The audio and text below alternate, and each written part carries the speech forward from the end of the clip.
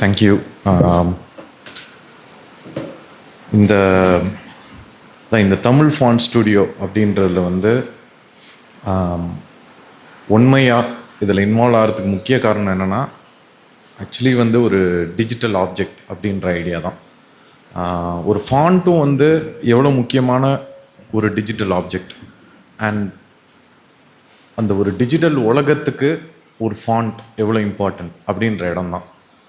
ஆனால் வந்து உண்மையோட ஃபோக்கஸ் வந்து எப்பவுமே ஆர்ட் அண்ட் டெக்னாலஜி அப்படின்ற ஸ்பேஸில் தான் இருக்குது. ஆனால் இந்த பர்டிகுலர் ஆங்கிளில் எது ரொம்ப இம்பார்ட்டண்ட்டாக எங்களுக்கு இருந்திருக்குன்னா, எப்படி நம்ம கான்ட்ரிபியூட் பண்ணலாம் இந்த ப்ராஜெக்ட்டுக்கு அப்படின்னு ஒரு சிந்தனை தான். அந்த வகையில் வந்து எப்படி இதில் கான்ட்ரிபியூட் பண்ணியிருக்கோன்னு ஒரு அப்ட்ராக்டாக நான் வந்து இந்த இடத்துல பேசலான் இருக்கேன். பேசிக்லி வந்து இப்போவே ரஞ்சித்தோட ஸ்பீச்சே பார்க்கும்போது எவ்வளோ வந்து ஒரு விஷயம் டெவலப் ஆகிறதுக்கு நம்ம ரெஃபரன்சஸை பார்க்குறோம் அப்படின்றது நம்மளுக்கு புரிய வருது. அண்ட் நம்ம எல்லாரும் இந்த மாதிரி நிறைய ஒர்க் பண்ணியிருப்போம். ஸோ ரெஃபரன்சஸ் ரொம்ப இம்பார்ட்டன்ட். ரெஃபரன்சஸ் வேணும்னா ஆர்கைவ் வேணும். ஆக்சுவலி இது ரொம்ப இன்ட்ரெஸ்டிங்கான ஒரு ஸ்பேஸாகவும் இருக்குது. இந்த ஆர்கைவை வந்து ஆரம்பரில் எப்படி தூக்கிட்டு எல்லா இடத்துக்கும் போயிட்டு இருக்காங்கன்னு வந்து பார்க்குறதுக்கே வந்து அவ்வளோ அந்த அந்த வெயிட் நம்மளுக்கு தெரியுது அந்த மாதிரி. ஸோ அந்த வகையில் இந்த பீரியட் ஆஃப் டைம் டிஜிட்டலாக வந்தாச்சு, ஹார்ட் டிஸ்க் வந்தாச்சு, எல்லாமே டிஜிட்டலாக இருக்கிற டைமில் அட்லீஸ்ட் இப்போ வந்து வேறு மாதிரி இருக்கணும்ல. எப்படி வந்து நம்ம ஆர்கைவ் பண்ண போகிறோம், எப்படி வந்து நம்ம ஞாபகம் வச்சுக்க போகிறோம். அண்ட் வந்து ஆனால் அதுலேயும் சில பிரச்சனைகள் இருக்குது. என்ன பிரச்சனை? இன்றைக்கி வந்து ஒரு ஆர்கைவ், ஒரு டிஜிட்டல் ஆர்கைவ் எடுத்தோம்னா ஓகே, ஒரு ஹார்ட் டிஸ்கில் ஸ்டோர் பண்ணிக்கலாம். ஆனால் ஹார்ட் டிஸ்க் வந்து கரப்ட் ஆகிடும். சரி, ஓகே. மற்றபடி வந்து கொஞ்ச நாள் விட்டோன்னா ஃபார்மேட்டு மாறும். ஸோ ஒரு ஹார்ட் டிஸ்கில் இருப்போம், சரி கரப்ட் ஆகல, கொஞ்ச நாள் கழிச்சு ஃபார்மேட்டே மாறிடும். அந்த ட்ரைவே நம்மக்கிட்ட இருக்காது. அப்புறம் வந்து இன்ஸ்டிடியூஷன்ஸ், இதெல்லாம் ஹோல்டு பண்ணுற இன்ஸ்டிடியூஷன்ஸ் ஸ்டேபிளாக இருக்கணுன்றது தான் எல்லாரோட ஆசையும். ஆனால் சம்டைம்ஸ் அப்படி இருக்கிறது இல்லை. அப்போ என்ன ஆகும் அப்படின்றது தான். இது தவிர சரி இன்டர்நெட்டுக்கு வரலாம் அப்படின்னு சொன்னால் லிங்க்ஸ், யூஆர்எல்ஸ் வந்துட்டு, இது ஒரு ரிசர்ச் எப்படின்னா 80% ஆஃப் த யூஆர்எல்ஸ் வந்து 90 டேஸில் வந்து அவைலபிளாக எல்லாம் போயிடும் இன்டர்நெட்டில். இன்டர்நெட் வந்து ஒரு எஃபிமரல் மீடியம். அப்படின்னா என்னென்னா ஒரு நியூஸ் பேப்பர் மாதிரி. அது நம்ம எப்போவுமே இருக்குன்னு நினச்சிக்கிறோம், அப்படி இல்லை. அண்ட் ஃப்ராக்மெண்டேஷன் சொல்லும்போது எப்படி வந்து பிரிஞ்சு போயிடுது. இன்டர்நெட்டில் வந்து இன்ஃபர்மேஷன் பொதுவாக இருந்தாலும் ஒரு இடத்துல அந்த இன்ஃபர்மேஷன் எப்படி தனித்தனியாக ஒரு இன்ஸ்டிடியூஷன் தனித்தனியாக ஆகிடுதுன்றது. ஸோ இப்போ வந்து இந்த பீரியட் ஆஃப் டைமில் எந்த டெக்னாலஜி ரொம்ப இன்ட்ரெஸ்டிங்காக வந்து இருக்குன்னா block chain. And block chain வந்து பெரும்பாலும் வந்து அது ஒரு ஃபினான்ஷியல் கேப்பபிள் ஆர் அந்த ஃபினான்ஷியல் சைட் ஆஃப் திங்ஸ்க்காக தான் அது வந்து ஃபேமஸாக இருக்குது.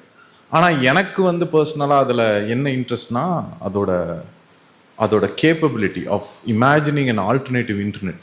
ஸோ இன்டர்நெட்டுன்றது வந்து எப்படி இன்றைக்கி ஒரு பிளாட்ஃபார்ம்ஸ், ஒரு ப்ரைவேட்டுக்கான ஒரு இடமா வந்து மாறிடுச்சு. நம்ம இன்டர்நெட்டை யூஸ் பண்ணுறோம், ஆனால் நம்ம இன்டர்நெட் தான் யூஸ் பண்ணுறோமா? நம்ம வந்து சில கம்பெனிஸோட வெப்சைட்டை தான் நம்ம பயன்படுத்துகிறோம், இல்லை ஆப்ஸை பயன்படுத்துகிறோம். பட் இன்டர்நெட் வந்து அதுக்கும் பெருசு. அண்ட் இன்டர்நெட் ரொம்ப ரெசிலியன்ட் கூட. ஸோ அந்த மாதிரி இடத்துல பிளாக் செயின்ன்ற டெக்னாலஜி இருக்கிற இடத்துல ஆர்கைவ்ஸ் எப்படி ரீஇமேஜின் பண்ணலாம் அப்படின்ற எக்ஸசைஸில் தான் உண்மையாக வந்து நாங்கள் ஈடுபடுறோம்.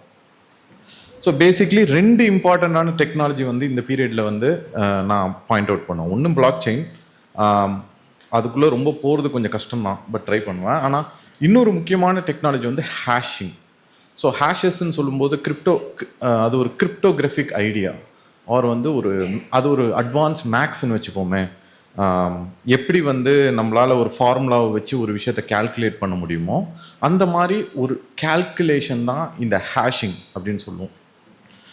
இப்போ வந்து ஹேஷஸை எப்படி நம்ம பயன்படுத்தலாம் அப்படின்னு நம்ம யோசிக்கும்போது, டிஜிட்டல் கண்டென்ட், இப்போ ஒரு பிடிஎஃபோ இல்லை ஒரு இமேஜோ இல்லை ஒரு வீடியோவோ எது எடுத்தாலுமே வந்து அதோட சைஸ் எவ்வளோ வேணால் இருக்கலாம். 1 GB 10 GB இருக்கலாம், 5 MB இருக்கலாம். அந்த மாதிரி சைஸஸ் எவ்வளோ வேணால் வேரி ஆகலாம். ஆனால் அதோட ஹேஷ் அப்படின்றது வந்து ஒரு செக்ஸம் அப்படின்னு சொல்லுவாங்க. அதாவது அதை கால்குலேட் பண்ணுற ஃபார்முலாவில் நம்ம அந்த ஃபைலை போட்டு எடுத்தோன்னா நம்மளுக்கு ஒரு ஃபிக்ஸட் லென்த் ஹேஷ் கிடைக்கும். ஸோ பார்க்க வந்து இந்த மாதிரி இருக்கும். இந்த MD5ன்னு போட்டிருக்கேன். MD5 ஒரு ஃபார்மேட் ஆஃப் ஹேஷ். இந்த மாதிரி நிறையா இருக்குது. SHA-256, Blake3, இந்த மாதிரி பல ஹேஷிங் அல்காரிதம்ஸ் இருக்குது. இதெல்லாம் ரிசர்ச் பண்ணுறதுக்கு கிரிப்டோகிராஃபர்ஸ் இருக்காங்க. ஸோ இந்த டெக்னாலஜி தான் எதே எனேபிள் பண்ணுதுன்னா, ஒரு காலத்தில் வந்து சரி நம்மளுக்கு வந்து புக்ஸ் இருக்கும், சரி இப்போவும் தான், அண்ட் அதுக்கு கால் நம்பர்ஸ் அசைன் பண்ணணும். ஸோ அதுக்கு ஒரு பேட்டர்ன் நம்ம வந்து ஃபைன் பண்ணணும். ஸோ தட் நான் அந்த புக்கை பார்த்தாலே இதுக்கு என்ன கால் நம்பர் இருக்குன்னு என்னால் சொல்ல முடியணும். ஸோ டூ வே மாதிரி, அதாவது ஒரு கால் நம்பரை வச்சு ஒரு புக் என்னன்னு சொல்ல முடியணும், ஆனால் ஒரு புக்கை பார்த்து கால் நம்பர் என்னன்னு சொல்ல முடியணும். அதான் அதோட இம்பார்ட்டன்ஸ். ஸோ அப்படி இருக்கும்போது நம்மளால் ஆர்கனைஸ் பண்ண ஆரம்பிக்க முடியும் இன்ஃபர்மேஷனை. பட் இப்போ டிஜிட்டல்னு வந்தோடனே என்ன ஆகுது, இன்ஃபர்மேஷன் வந்து ரொம்ப ரொம்ப ரொம்ப அதிகமாகுது. ஒரு இன்ஃபர்மேஷனும் கண்டென்ட்டோட ஸ்பெசிஃபிசிட்டி, இந்த டைட்டில் என்ன, இது என்ன, அப்படி போய் நம்ம வந்து இதை ரிசர்ச் பண்ண ஆரம்பிச்சோம்னா அதில் வேறு மாதிரி நம்ம டூப்ளிகேஷன் என்னெல்லாம் வந்து ரெண்டு புக்ஸுக்கு ஒரே டைட்டில் இருந்துச்சுன்னா ஒரு கன்ஃபியூஷன் ஏற்படும் அந்த மாதிரி. ஆனால் வந்து டிஜிட்டல் கண்டென்ட்டை வச்சு ஹேஷ் பண்ணும்போது ஒரு டைமும் அதோட கண்டென்ட் ஒன்றுனா ஒரே ஹேஷ் தான் நம்மளுக்கு கிடைக்கும். ஸோ இந்த ஹேஷ் தான் இதோட ஃபண்டமெண்டல் டாக்குமெண்டேஷன் பிரின்சிபல் எங்களுக்கு. ஸோ வந்து எனி டிஜிட்டல் கண்டென்ட், இப்போ ஒரு வீடியோ இருக்கா, ஒரு ஜூம் கால் இருக்கா, இல்லை ஒரு பழைய புக்கோட ஸ்கேன் இருக்கா, இல்லை ஃபாண்டே இருக்கா, இது எல்லாமே டிஜிட்டல் கான்டென்ட். ஸோ அதை வந்து ஒரு ஹேஷிங் அல்காரிதம்குள்ள அனுப்பிச்சு அந்த பக்கம் பார்த்தோன்னா ஒரு ஹேஷ் கிடைக்கும். இந்த ஹேஷ் ரொம்ப சின்னதாக இருக்கும், அதுதான் இம்பார்ட்டன்ட். ஸோ இன்னொரு பக்கம் பிளாக் செயின்ன்றது வந்து ஒரு சாஃப்ட்வேர், அவ்வளோதான். அதில் ரொம்ப வந்து நம்ம அதுக்குள்ளே போகணுன்னு அவசியம் இல்லைன்னு எனக்கு தோணுது. ஆனால் அது ஒரு சாஃப்ட்வேர், அது ஒரு டேட்டாபேஸ்னால் வந்து டேட்டாவை ஸ்டோர் பண்ணக்கூடிய ஒரு டேட்டாவை ஆர்கனைஸ் பண்ணி ஸ்டோர் பண்ணக்கூடிய ஒரு டெக்னாலஜி அது. அண்ட் வந்து அது பியர் டு பியர் அப்படின்னா என்னென்னா, ஈஸியஸ்ட் எக்ஸாம்பிள் சொல்லணும்னா ஒரு டாரண்ட் ஃபைல் மாதிரி. ஸோ இப்போ எப்படி டாரண்ட் ஃபைல்ஸ்ன்றது எப்படி சொல்லுவாங்கன்னா, டேட்டாவை ஷேர் பண்ணுறதுக்கு இன்டர்நெட்டில் நம்மளால் வந்து ஒரு லிங்க் கொடுத்துட்டா யார் வேணாலும் அந்த ஃபைலை சீட் பண்ண முடியும், டவுன்லோடும் பண்ண முடியும். அந்த மாதிரி இது டாரண்ட்ன்றது ரொம்ப பழைய டெக்னாலஜி. இப்போ அதோட ஒரு எக்ஸ்டென்ஷனாக தான் பிளாக் செயின் இருக்குது. எப்படின்னா நம்மளால் சீட் பண்ண முடியும், டவுன்லோட் பண்ண முடியும், ஆனால் அந்த டேட்டாவை மாற்றவும் முடியும். அந்த டேட்டா எப்படி மாறும், அதுக்கான கன்சென்சஸ் அல்காரிதம் தான் பிளாக் செயினோட முக்கியமான ஒரு இடம். ஸோ இப்போ பிளாக் செயின்ஸ்ன்றதை வந்து ஏதோ இந்த மாதிரி சில பிளாக் செயின்ஸ் இருக்குது அப்படி இமேஜின் பண்ணுவேன்னா, அது ஒரு டூல், அது ஒரு சாஃப்ட்வேர். நான் ஒரு பிளாக் செயின் வச்சுக்கலாம், நீங்கள் ஒரு பிளாக் செயின், வெப்சைட் மாதிரி. எல்லாருமே அதாவது யாருக்கு அந்த தேவை இருக்கோ அவங்களால ஒரு பிளாக் செயினை ரன் பண்ண முடியும். அது ஒரு டூல், அது ஒரு சாஃப்ட்வேர். ஸோ அந்த மாதிரி ஒரு சாஃப்ட்வேரை எதுக்கு நம்ம பயன்படுத்துகிறோம்னா, பேசிக்லி அதுக்கான கிரிப்டோகிராஃபிக்காக அதில் நிறையா ஃபீச்சர்ஸ் இருக்குது. டேம்பர் ப்ரூஃபு, அதுக்கப்புறம் வந்து யார் வந்து இதில் இருக்கிற டேட்டாவை மாற்றலாம் அப்படின்றதுக்கு வந்து நம்ம அத்தாரிட்டி செட் பண்ணலாம். ஸோ இப்போ ஒரு இன்ஸ்டிடியூஷன் இருக்குன்னா அவங்க டிசைட் பண்ணலாம், இந்த இன்ஸ்டிடியூஷனும் இன்னொரு இன்ஸ்டிடியூஷனும் மட்டும்தான் இதில் டேட்டாவை ஆட் பண்ண முடியும் ஆர் டேட்டாவை சேஞ்ச் பண்ண முடியும் அப்படின்னு சொல்லிட்டு.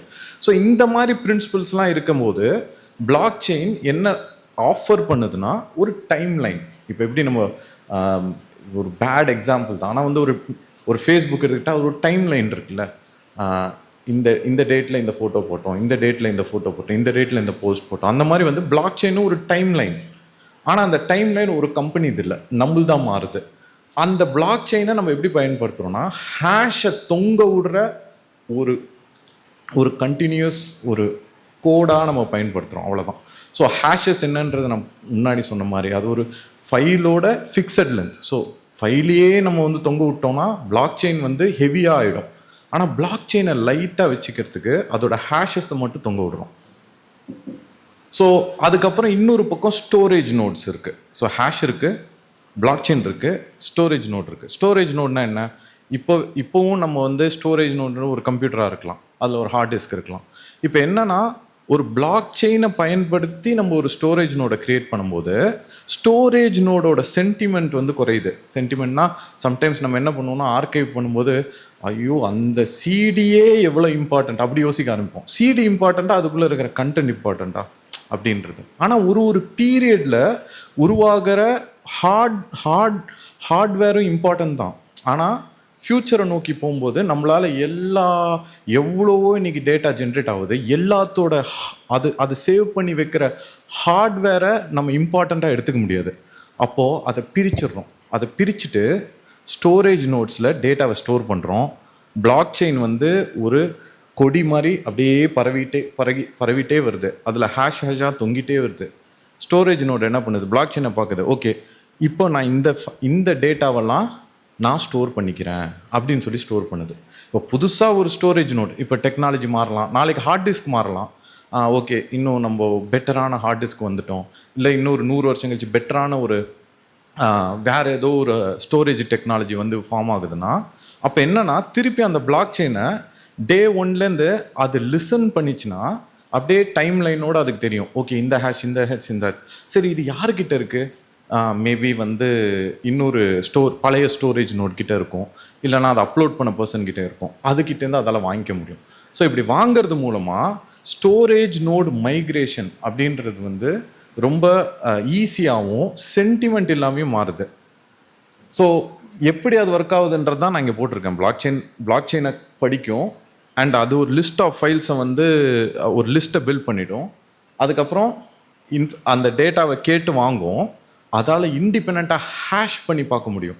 ஸோ திருப்பி என்னென்னா, அந்த ஹேஷுன்றது நான் என்கிட்ட நீங்கள் ஒரு ஃபைல் கொடுத்து இதான் இதோட ஹேஷ், இந்த ஹேஷோட ஃபைல் கொடுன்னு நான் கேட்டால், அந்த ஃபைலை நான் ரிசீவ் பண்ணோன்னே நான் இண்டிபெண்ட்டாக அதை திருப்பி ஹேஷ் பண்ணி வெரிஃபை பண்ணிக்க முடியும். ஸோ அந்த பிரின்சிபல் மூலமாக தான் நம்மளால் டேட்டா இன்டெகிரிட்டியை கேரண்டி பண்ண முடியுது. ஸோ ஓவராலாக ஏன் இது முக்கியம் அப்படின்னு சொன்னால், இன்ஃபர்மேஷன், அதாவது இந்த ஒரு விஷயத்தை வந்து நம்ம ஆர்கைவ் பண்ண தொடங்குறதோட முக்கியத்துவத்தை நான் சொல்ல தேவையில்லை. நம்மளோட நாலேஜ் அண்ட் வந்து அதுவும் இந்த மாதிரி ஒரு லைப்ரரியில் இருக்கும்போது அந்த இன்ஃபர்மேஷன் அதுக்குள்ளே இருக்கிற கண்டென்ட் வந்து ஏன் இம்பார்ட்டன்ட் நான் வந்து அழுத்தி சொல்ல தேவையில்லை. ஆனால் இந்த இடத்துல நான் என்ன முக்கியமாக சொல்ல வரேன்னா, இந்த டெக்னாலஜி, அதாவது நம்ம பல வகையில் இன்ஃபர்மேஷனை ஸ்டோர் பண்ணியிருக்கோம். ஓலைச்சுவடியும் ஸ்டோரேஜ் தான், பிரிண்ட் மீடியாவும் ஸ்டோரேஜ் தான், டேப்பும் ஸ்டோரேஜ் தான். ஸோ இன்றைக்கி வந்து நம்ம க்ரியேட் பண்ண போகிற டேட்டாக்கு நம்ம ரெடியாக இருக்கணும். ஸோ அப்படி இருக்கும்போது இந்த டெக்னாலஜியோட காம்பினேஷன் என்ன பண்ணுன்னா, மீடியம் மைக்ரேஷனை ஈஸி பண்ணுது. ஸோ நாளைக்கு என்ன வேறு டெக்னாலஜி வரும்போது அப்படியே அது வந்து அந்த ஸ்டோரேஜுக்கு வந்து ஒரு ஸ்டேஜ்லேருந்து இன்னொரு ஸ்டோரேஜுக்கு மாறுது. Organisational diversity. ஸோ பிளாக் செயின்ன்றது வந்து ஒரே ஒரு இன்ஸ்டிடியூஷன் ரன் பண்ணலாம், இல்லை 2 இன்ஸ்டிடியூஷன் சேர்ந்து ஒரே பிளாக் செயினை ரன் பண்ணலாம், இல்லை 100 இன்ஸ்டிடியூஷன் கூட சேர்ந்து ஒரு பிளாக் செயினை ரன் பண்ணலாம். அது ஸ்கேல் ஆகும். அண்ட் வந்து எவ்வளோ பேரோட வேணால் அதுக்கான இன்டராக்ஷனை அதால் அதிகரிச்சிக்க முடியும். ஆனால் ஆரம்பத்தில் அது ஒரு இன்ஸ்டிடியூஷன் தான் மட்டும் கூட இருக்கலாம்.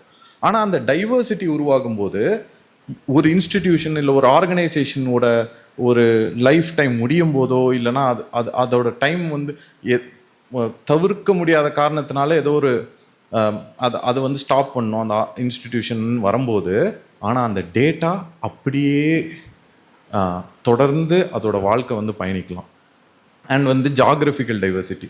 ஸோ பிளாக் செயின் எப்படி வந்து இன்ஸ்டிடியூஷன் வந்து அது ஒரே ஊரில் இருக்கணும்னு அவசியம் இல்லை. இது ஒரு பியர் டு பியர் நெட்வொர்க். அதனால் பல நாடுகளாக அது பிரியலாம், பல ஊர்களாக அது பிரியலாம்.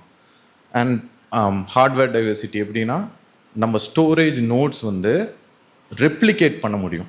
ஸோ அப்படின்னா ஓகே, நம்ம எஸ்எஸ்டியில் ஸ்டோர் பண்ணலாம், நம்ம வந்து பழைய டேப் ஹார்ட் டிஸ்கில் ஸ்டோர் பண்ணலாம். மேபி ஹார்ட் டிஸ்கோட லைஃப் இன்னும் அதிகமாக இருக்கும், எஸ்எஸ்டியோட லைஃப் கம்மியாக இருக்கும், ஆனால் இதில் ரிட்ரீவல் ஃபாஸ்டராக இருக்கும். ஸோ நம்ம அந்த மாதிரி விஷயங்களை டைவர்சிஃபைடாக ஸ்டோர் பண்ணும்போது சரி அட்லீஸ்ட் ஒன்றுத்தில் அது தப்பிக்கும்ல அந்த மாதிரி. அண்ட் வந்து காஸ்ட். ஸோ ஓவராலாக இந்த ஹோல் டெக்னாலஜியோட முக்கியத்துவமே நான் எப்படி பார்க்குறேன்னா, காஸ்ட்லேருந்து தான் ஆரம்பிக்கிறேன். பெரிய பெரிய டெக்னாலஜியை உருவாக்கி ரொம்ப செலவு பண்ணி நம்ம ஆர்கைவ்லாம் பண்ணிடலாம். ஆனால் இன்ஸ்டிடியூஷனை வந்து நம்மளால் ஃபண்டு பண்ணி அந்த ஒரு எஃபர்ட்டுக்கு எவ்வளோ ஃபண்ட் பண்ணி நம்ம அதை மேனேஜ் பண்ணுவோம், எவ்வளோ நாள் அதை நம்மளால் ஹோல்டு பண்ண முடியும் அப்படின்றது ஒரு முக்கியமான கேள்வி. அந்த இடத்துல இது ஒரு lean technology. Block chain run பண்ணுறதுக்கு 2 சர்வர் போதும். ஒரு சர்வர் முடியாது, 2 சர்வர் வேணும். ஆனால் 2 சர்வர் போதும். ஸ்டோரேஜ் இப்போ எப்படி பண்ணுறோமோ அப்படியே தான். அதனால் காஸ்ட் ரொம்ப அதிகரிக்காமல் ஒரு இன்ஸ்டிடியூஷனை நம்ம 2 சர்வர்லேருந்து ரன் பண்ணலாம். அது நான் வந்து ஃப்யூச்சரில் ரொம்ப இம்பார்ட்டண்ட்டாக இருக்கும்னு நினைக்கிறேன். இன்ஃபேக்ட் அது ஒரு மைக்ரோ இன்ஸ்டிடியூஷன்ஸை உருவாக்கக்கூடிய ஒரு சக்தி அதுக்கு இருக்குது. ஸோ கோர் ஐடியா எப்படி, அதாவது ஹேஷஸ் இருக்குது, அப்புறம் பிளாக் செயின்ன்ற ஒரு டெக்னாலஜி இருக்குது. ஸோ ஹேஷஸை கால் நம்பர் மாதிரி யூஸ் பண்ணுறோம், பிளாக் செயினை ஒரு டைம் லைனாக யூஸ் பண்ணுறோம், அப்புறம் ஸ்டோரேஜ் நோடை வந்து அன்ஒப்பீனியேட்டடாக யூஸ் பண்ணுறோம். எனக்கு வந்து இந்த ஸ்டோரேஜ் நோடு இருக்கிறது ஓகே, லைக் இன்றைக்கி ஓகே, நாளைக்கு இன்னொன்று வேணுமா அதுக்கு நான் மூவ் பண்ணிவிடுவேன். அதில் எந்த சென்டிமெண்ட்டும் வளராமல் பார்த்துக்குறோம். Yes, so thank you. இதுதான் என்னோட எக்ஸ்ப்ளனேஷன்.